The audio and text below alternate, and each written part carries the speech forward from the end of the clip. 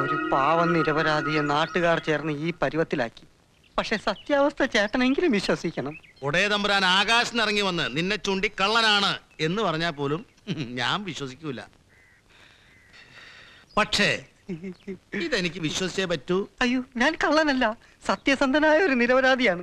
എടാ നിരപരാധിയുടെ മോനെ, അന്ന് ഉച്ചയ്ക്ക് പുഴുങ്ങിയ കോഴിമുട്ടയും പൊരിച്ച കോഴിയിറച്ചിയും മൂക്കറ്റ നക്കി നക്കി തിന്നേച്ച് അന്ന് രാത്രി തന്നെ ഇവിടെ വന്ന് കോഴിയെ മോഷ്ടിക്കേണ്ട വല്ല കാര്യം ഉണ്ടായിരുന്നോടാ? സത്യമായിട്ട് ഞാൻ കോഴിയെ മോഷ്ടിക്കാൻ വന്നതല്ലായിരുന്നു. പിന്നെ നട്ടപ്പാതിക്ക് കോഴിക്ക് തീറ്റ കൊടുക്കാൻ വന്നായിരുന്നോടാ കുറുക്ക? എന്നെ വിശ്വസിക്കൂ, ഞാൻ ആരെ പിടിച്ചു വേണമെങ്കിലും സത്യം ചെയ്യാം. നിർത്ത്. വ്യക്തമായ തെളിവുണ്ട്. മുതുകിലെ കലയല്ല എന്റെ തെളിവ്. കാണണോ നിനക്ക്? മീനാക്ഷി, മീനു,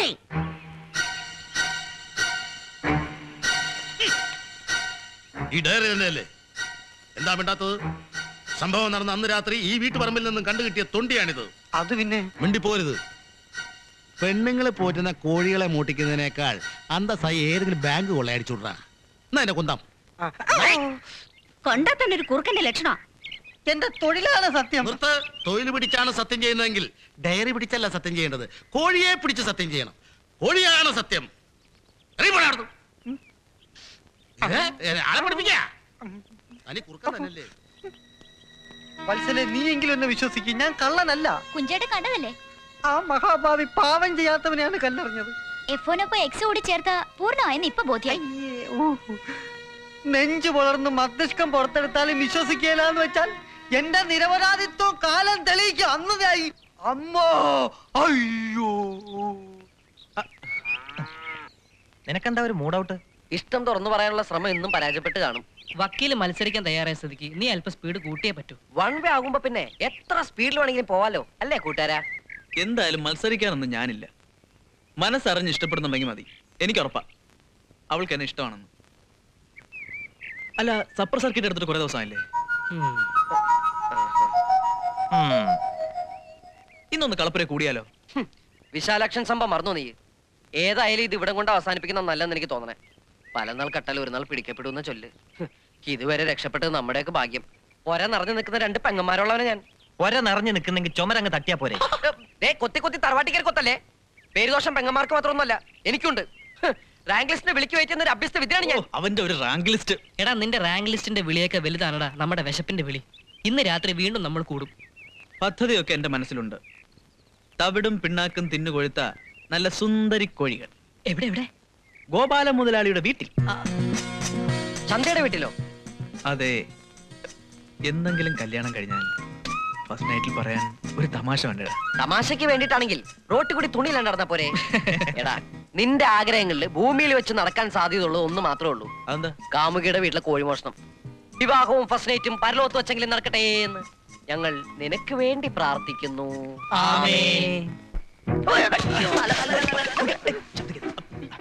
പിന്നെ കിഴക്ക് ഭാഗത്തേക്കാണ് പട്ടിക്കൂട്. പിന്നെ വടക്ക് ഭാഗത്ത് പൊട്ടക്കണുണ്ട്, അത് സൂക്ഷിക്കണം.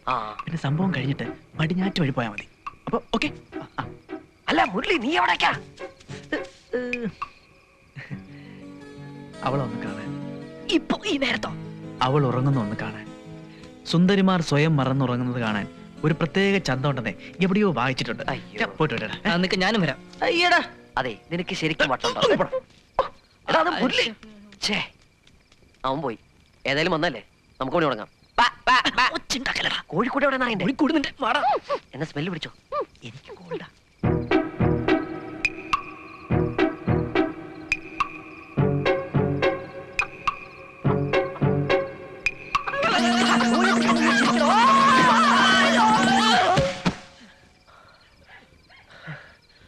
അവനെ പിടിക്കും ഉറപ്പാ. എന്റെ ദൈവമേ, ഒരുത്തനെ കിട്ടിയാ മതി, എല്ലാം പൊളിയും. ആരോ വരുന്നുണ്ട്.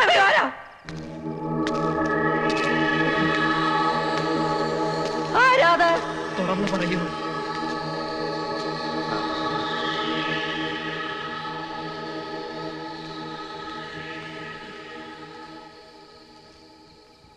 അമ്മായിയപ്പൻ ഷോക്ക് വെച്ചു അല്ലേ? നീ എങ്ങനെ രക്ഷപ്പെട്ടു? എന്താ നിന്റെ കയ്യില്? തൂവൽ. എന്റെ പിടക്കോഴിയുടെ മനോഹരമായ തൂവൽ.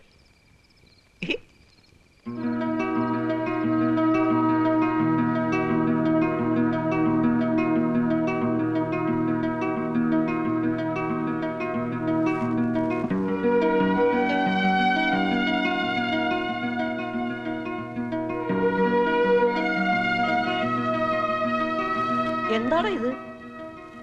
അവളുടെ പാവാടയും ബ്ലൗസും ഞാൻ മോഷ്ടിച്ചു. ഇതാണ് ഞാൻ അവളെ കാണാൻ എന്ത് സൗന്ദര്യമാണെന്നോ. ശരിയാണ്. തുടരുത്. അത് അവളല്ലേ പറയേണ്ടത്, നീയാണോ? അവിടുന്ന് ഞങ്ങൾക്ക് അടിച്ച ഷോക്ക് നിനക്കായിരുന്നെങ്കിൽ നിന്റെ വട്ടെങ്കിൽ ഒന്ന് മാറി കിട്ടും. അതെ. വാടാ. ആ മനുഷ്യന് ഭ്രാന്ത് പിടിച്ചാൽ ചങ്ങലക്കിടാം, ചങ്ങലയ്ക്ക് ഭ്രാന്ത് പിടിച്ചാലോ ഉരുളിക്കിടാം.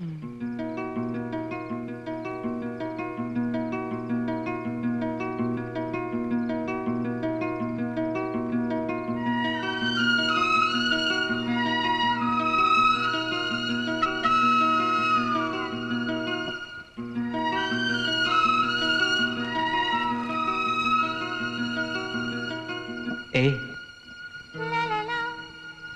ഇഷ്ടമാണോ എന്നെ? മിണ്ടിയില്ലെങ്കിലും എനിക്കറിയാം ആ മനസ്സിൽ ഞാനുണ്ടെന്ന്. ഓർക്കുന്നുണ്ടോ നീ ഒരു ലവ് ലെറ്റർ തന്നതിന് നീ ഉണ്ടാക്കി വെച്ച പുകില്? ഒരാഴ്ച അമ്മ എന്നോട് മിണ്ടിയില്ല. ഒടുവിൽ നിരാഹാരം പ്രഖ്യാപിച്ചപ്പോ ക്ഷമിച്ചു. ദേഷ്യമായിരുന്നു എനിക്ക് നിന്നോട്. പക്ഷേ SSLC ഡിസ്റ്റിങ്ഷനോട് പാസ്സായപ്പോ ഒളിച്ച് നീ എനിക്ക് ചോക്ലേറ്റ് തന്നില്ലേ? അപ്പൊ എനിക്ക് മനസ്സിലായി നിനക്ക് എന്നെ ഇഷ്ടമായിരുന്നു എന്ന്. ഹലോ സുഹൃത്തെ, തലയ്ക്ക് വെളിവില്ലേ? ഷോക്കേറ്റ് ചാവേണ്ടതായിരുന്നു ഞങ്ങള്. നീ ഇവിടെ പാവാടയും ബ്ലൗസും മോട്ടിച്ചുകൊണ്ട് വന്ന് നാടകം കളിക്കുന്നു. അല്ല, എന്താ അതിന്റെ അർത്ഥം? ഇനി ഒരു അക്ഷരം ശബ്ദിച്ച നശിപ്പിച്ചളയും ഞാൻ.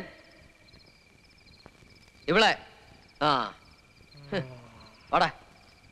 അവന്റെ ഒരു തോലും.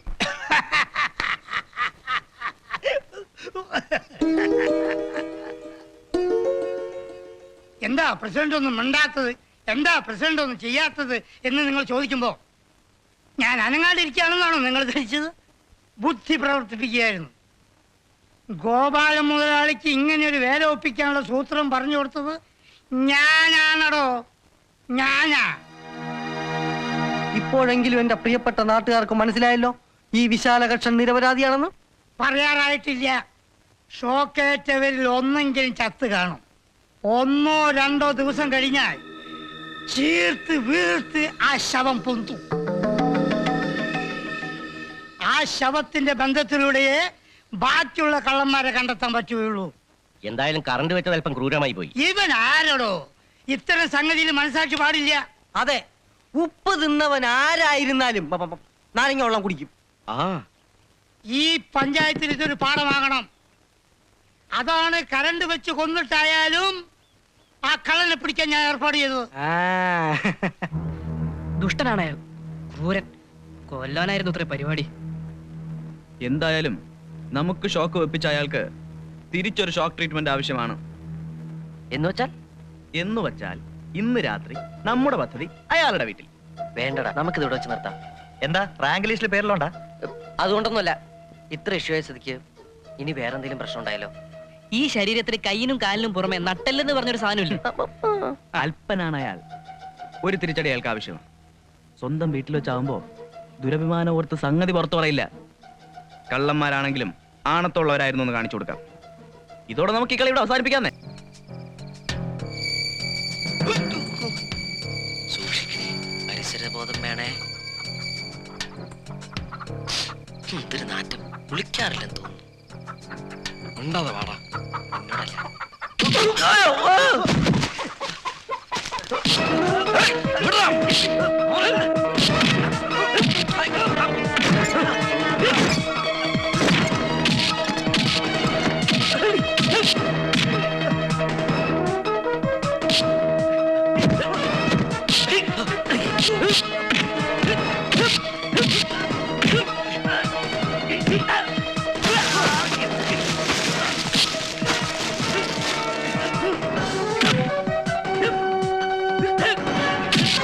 Yeah.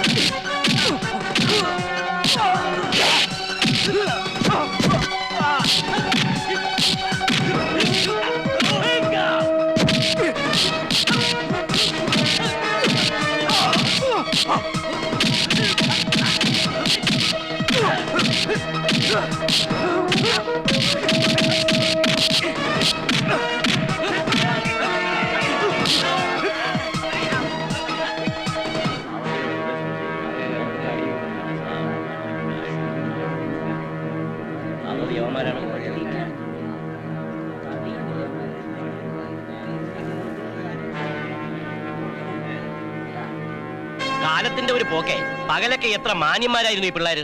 പഠിപ്പുണ്ട്, പണിയെടുത്ത് ഇതിന്റെ ആരോഗ്യമുണ്ട്. എന്നിട്ട് ആരാൻ പോറ്റുന്ന കോയിനെ കട്ടിയിട്ട് വല്ല കാര്യമുണ്ടാ നമുക്കുകൾക്ക്? ഇതുങ്ങളെ എല്ലാം പോറ്റുന്നതിന് പകരം 4 വാഴ നട്ടെങ്കിൽ അതെങ്കിലും കുടുംബത്തിന് നേട്ടമുണ്ടായിരുന്നേനെ. തല്ലുകൊള്ളാനുള്ള ആരോഗ്യം നേരത്തെ ഉണ്ടാക്കിക്കൊണ്ട് നന്നായി. കണ്ടില്ലേ തിന്ന് ചീർത്തിരിക്കണത്. അത്താഴത്തിൽ എന്നും ചിക്കൻ, പിന്നെ എങ്ങനെ ചേർക്കാതിരിക്കും? എന്റെ ഓപ്പോള് പോയിട്ട് 4 കോഴിയാ ഈ കൂർക്കന്മാര് തിന്നെ. ഒന്ന് മാറിക്കേ, ഒന്ന് മാറിക്കേ. ആ കള്ളന്മാരെ വിശാലാക്ഷം വിശാലമായൊന്ന് കാണട്ടെ. 1 2 3 4. ആ 4 ഉണ്ട്. ഓർമ്മയുണ്ടോ ഈ മുതുക്?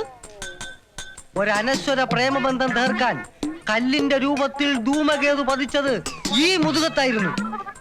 പക്ഷേ സത്യം കാലം തെളിയിച്ചു. സ്നേഹപ്പാരകളായ എന്റെ നാട്ടുകാരെ, ഈ വിശാലാക്ഷം നിരപരാധിയാണെന്ന് ഇപ്പൊ ബോധ്യമായല്ലോ. ക്ഷമിക്കണം, അന്ന് സത്യം അറിയാതെ ഒരുപാട് തല്ലി. ഏയ് സാരമില്ല. എന്റെ ഇടത് കൈയുടെ യാപ്പ് തേർത്തിട്ട് ഇപ്പൊ ക്ഷമ ചോദിക്കുന്നു. ഇനി ക്ഷമ തന്റെ അച്ഛൻ തരും. കുഴിയാനയെയും ഗുരുവായൂർ കേശവനെയും ഒരുപോലെ കാണാനുള്ള മനസ്സുണ്ടാവണം. അവനാണ് യഥാർത്ഥ മനുഷ്യൻ. എഫ്ഒയിനോടൊപ്പം എക്സ് ചേർത്താലുള്ള അർത്ഥം ഇപ്പൊ മനസ്സിലായല്ലോ. ഫോക്സ്, മലയാളത്തിൽ പറഞ്ഞാൽ കുറുക്കൻ. എന്താ എന്താ അവിടെ? അയ്യോ, കുട്ടി അറിഞ്ഞില്ലേ? കോഴിക്കള്ളന്മാരെ പിടിച്ചു. അന്ന് മോളുടെ വീട്ടിൽ വെച്ച് കറണ്ട് തട്ടി ചാവേണ്ട സാധനങ്ങളായിരുന്നു. ഇന്നലെ രാത്രി പ്രസിഡന്റാ പിടിച്ചത്. ആ മോള് പോയി കണ്ടിട്ട് വാ. ഒന്ന് മാറി തന്നെ, ആ കുട്ടി ഒന്ന് കാണട്ടെ. കണ്ടോളൂ.